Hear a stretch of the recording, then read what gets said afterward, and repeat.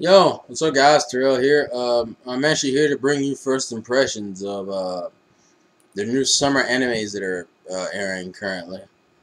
And I decided to wait until I watch all the first episodes of all the three I am watching. Because honestly, if anyone hasn't noticed, this summer looks like shit to me. Me personally, I know other people who are into other shit like Auto Master and Sacred Seven.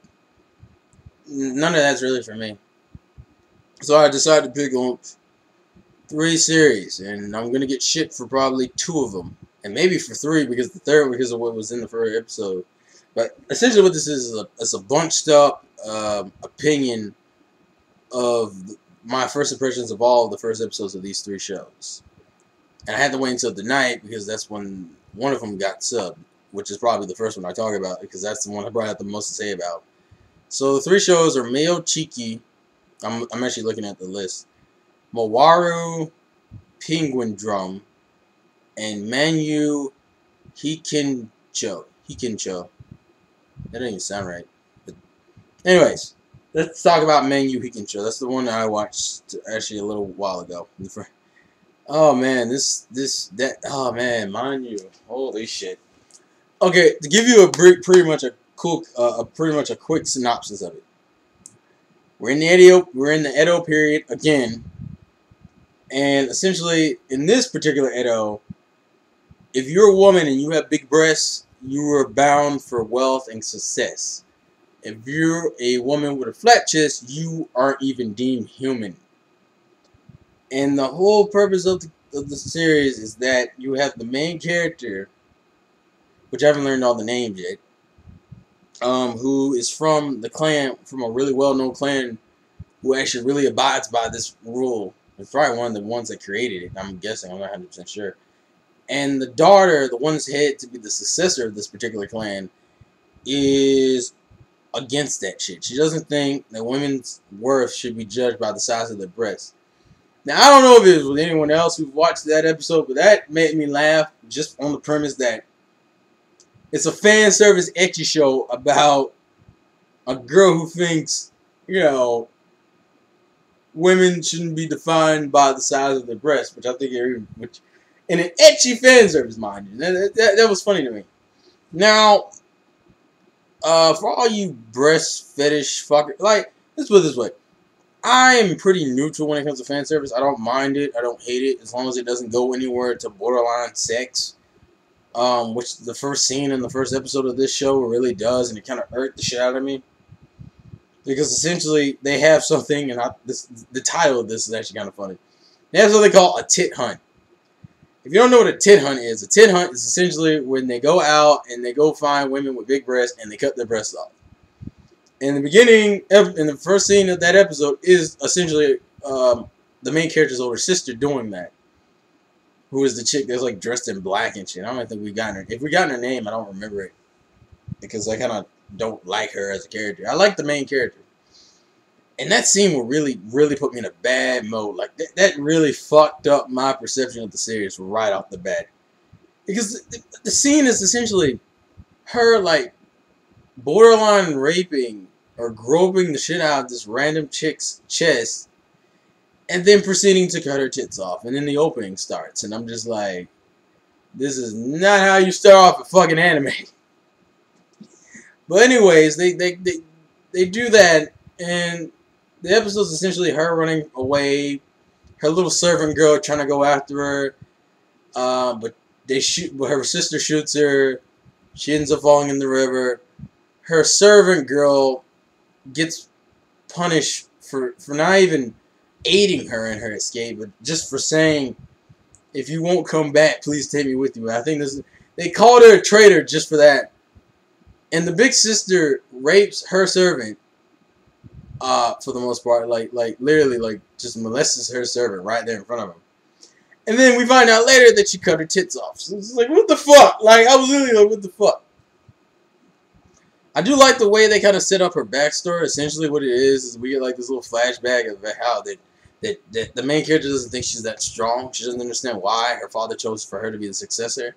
And then on top of that, the test to become a successor is to cut off a woman's tits.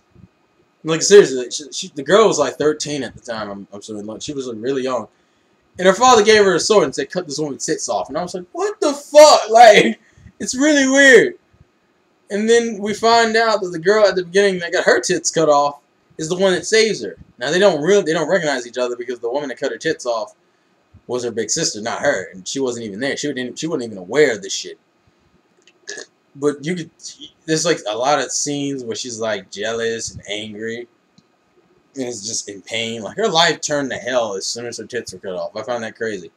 Like she was gonna get married. Her parents left. She was literally in a shack by herself. No parents, no husband. All because her kids got cut off. That is insane. Why? You telling me that?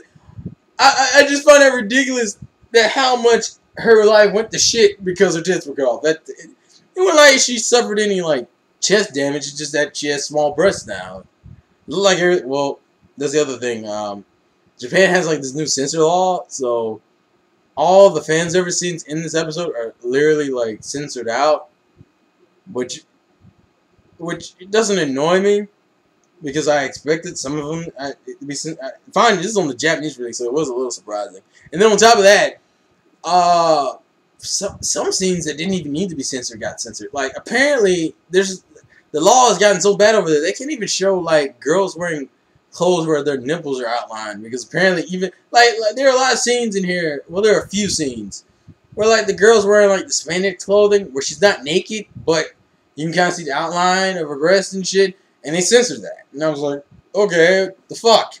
But anyways, essentially after that we have like this kind of emotional scene where she tried to kill her because she recognized the sword that she was holding is from the family that cut off her tits, and tried to kill the main character, and it went into this emotional thing, which I thought was pretty nice. And then the rest of the episode is essentially her sister and her servant girl, and then her sister's like underlings tried to attack her and kill her, and the underling was like, "Fuck it," and decided to help her, her master.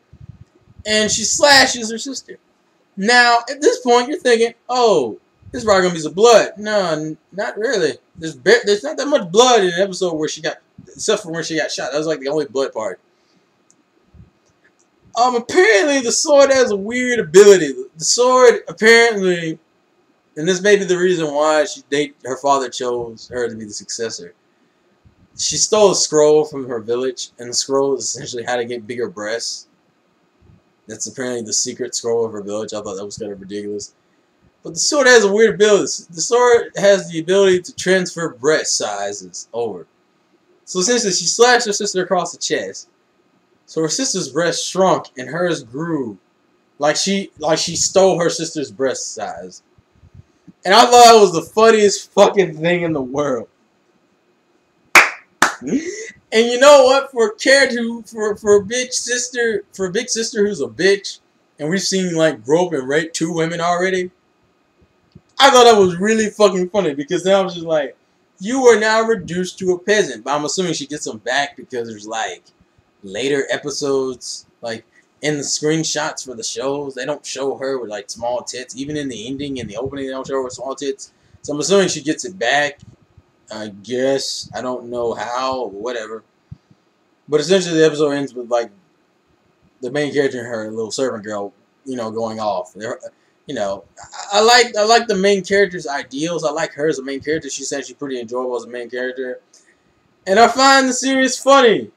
So this is going to be my turn off my brain and enjoy dumb shit series because I thought that was really fucking funny. I'm telling you right now, there's a lot of censoring, so if you can't take fan service or censoring of fan service, like there's barely any fan service you see because of how much censored it is. Which I don't know when the censor's coming out, but whatever. It wasn't a big deal, but it is kind of annoying because some of the censoring is kind of unnecessary. Which I didn't think that I would ever say that about Nechi, but yeah, some of the censoring is really unnecessary. Like they censored her just having out.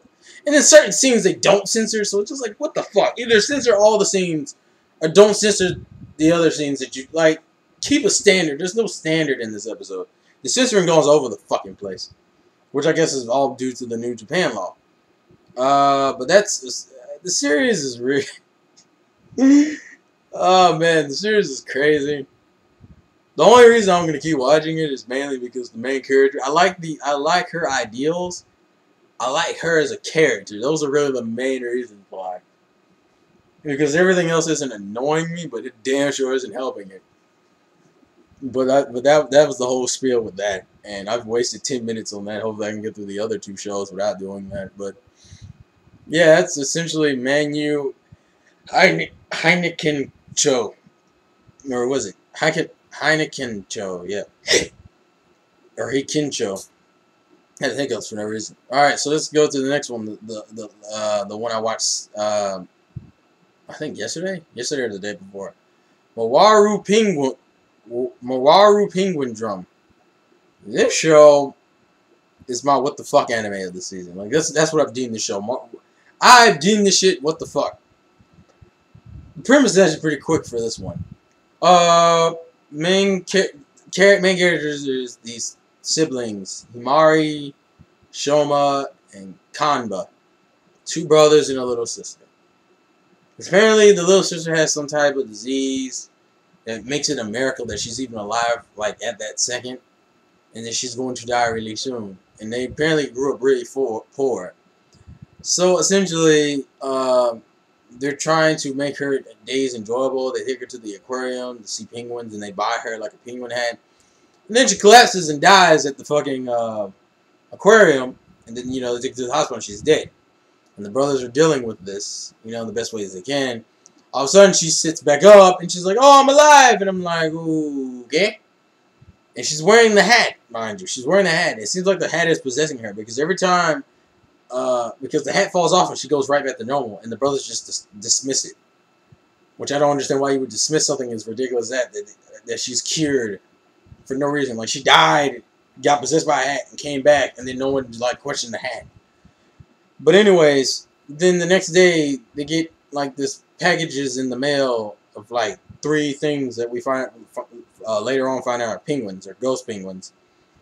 And they don't realize it, but apparently the penguins will do, whatever they tell them to do and can understand them. And on top of that, the penguins can't be seen by anyone else but them. And there's 3 of them for each of them.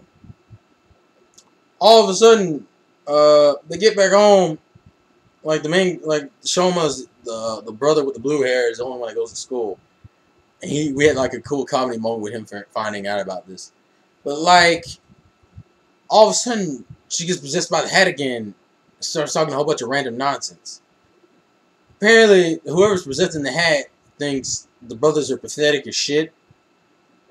And on top of that, said, I have extended this girl's life, but there is a price that must be paid. And they're like, what the fuck is going on?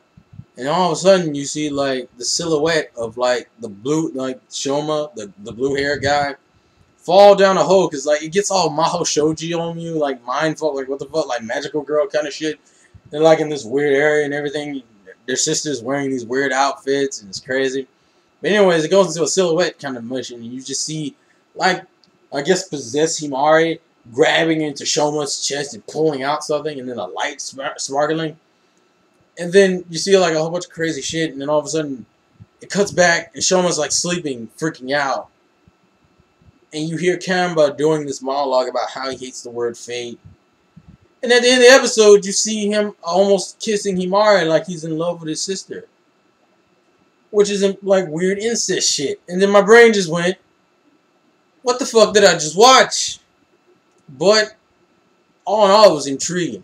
If there's nothing else I can say about the show, it intrigued the shit out of me, and I am very interested to see what's going on. So, I'm watching. So that's Mawaru Penguindrum, and the last show is Mayo Chiki. And this show, I would say this is the only show that kind of stuck to where I was hoping it would stay. I didn't expect the shit from one. Literally, the last 2 shows broke my mind on 2 different levels. One broke my mind because I was shocked at how funny Manyuu is. The one broke my mind because how ridiculous it is. How random it is. Mawaru Penguindrum. But anyways, Mayo Chiki. Oh my lord. It's kind of like your typical romance kind of situation. Essentially, you got the main character Jiro. He has a little sister and a mother. We don't know anything about his dad as of yet. His mother's traveling the world because she and and his sister, ironically, have this whole thing about being really strong. Well, his sister wants to be strong to compete with her mom, their mom. I have no idea why she's strong. I think she's strong because I think she's like a wrestler or something. But whatever. His sister beats him up every day just to practice on her strength. And Jiro's just like a normal dude. I actually like his character. That's one of the reasons why I'm probably going to keep watching it. Because I like his character and I like the premise. And there's nothing really pissed me off. But anyways, so he goes to school. And at the school, there's a principal. And then there's the principal's daughter. And the principal's daughter just happens to have a butler. This butler, we need to talk about. Because that's really the main issue here with this show. We find out later, but I'll go ahead and explain the situation. Essentially, Jiro is gaining a reputation of being gay because he doesn't like being touched by women. And he always seems to back away, and freak out when a woman tries to touch him. And apparently, we find out later that Jiro has a condition like that. I don't even know if it's sexually aroused, but whatever. Whenever a woman touches him, he just gets a nosebleed for no reason. And it's kind of ridiculous. But what actually happens is that the butler wants to go use the bathroom. And just like every other fucking butler-ish character I've seen in anime, he's a pretty boy, and everyone loves him, and the girls want to fuck him, and all this other shit. So Jiro goes to the bathroom, too. Now, he doesn't realize that he's in the same bathroom. Well, I should have just said she, because that's the premise. The premise is essentially Jiro goes into the wrong bathroom, goes to the bathroom that he's in, and we find out that the butler is a girl. And now it's like, what the fuck is going on? And there's actually a lot of cool scenes in this. Like, there's a ridiculous fight scene where like the butler's just trying to beat his ass because apparently it's a secret that he's a girl.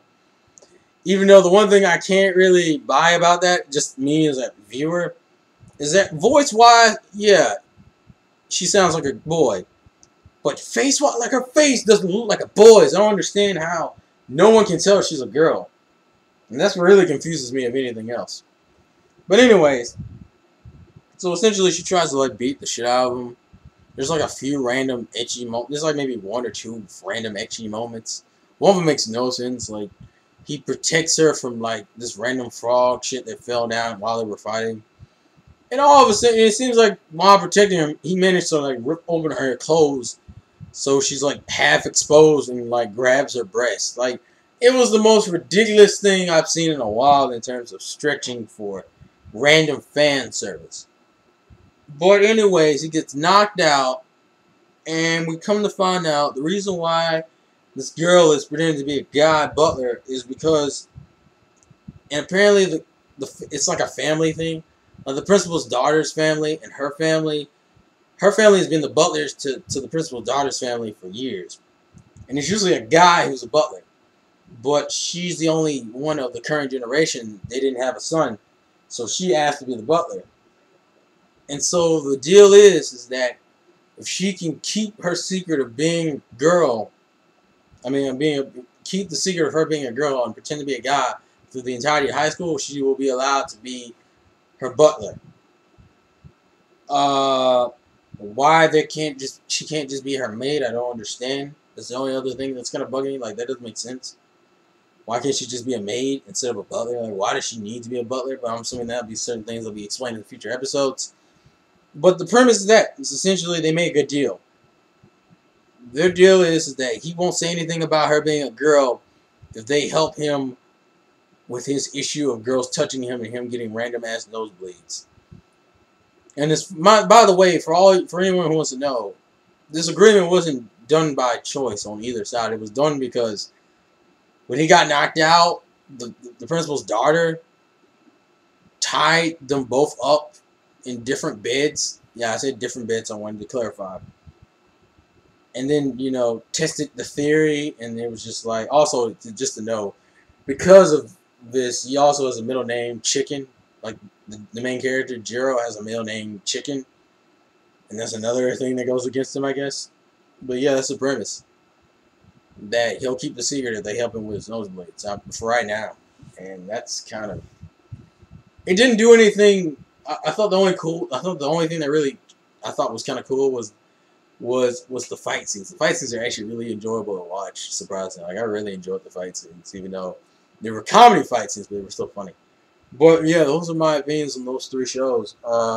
If you're watching any of those three, just let me know. If you, I'm kind of out of it because I literally had talked for 20 minutes, and surprisingly, I got home from work a few hours ago, so I'm actually really fairly tired. Uh, so in a nutshell, tell me what you think about these shows. Um, your opinions on any of them, doesn't matter which. Are you watching any of them? Are you going to continue to watch any of them? If you watched this far into the video, put passed out Terrell in the comments. And thanks for doing that. But yeah, that's about it for my first impressions. I think I'm about to go to sleep because my brain's like out of it now. I'm really out of it. So, as always, peace.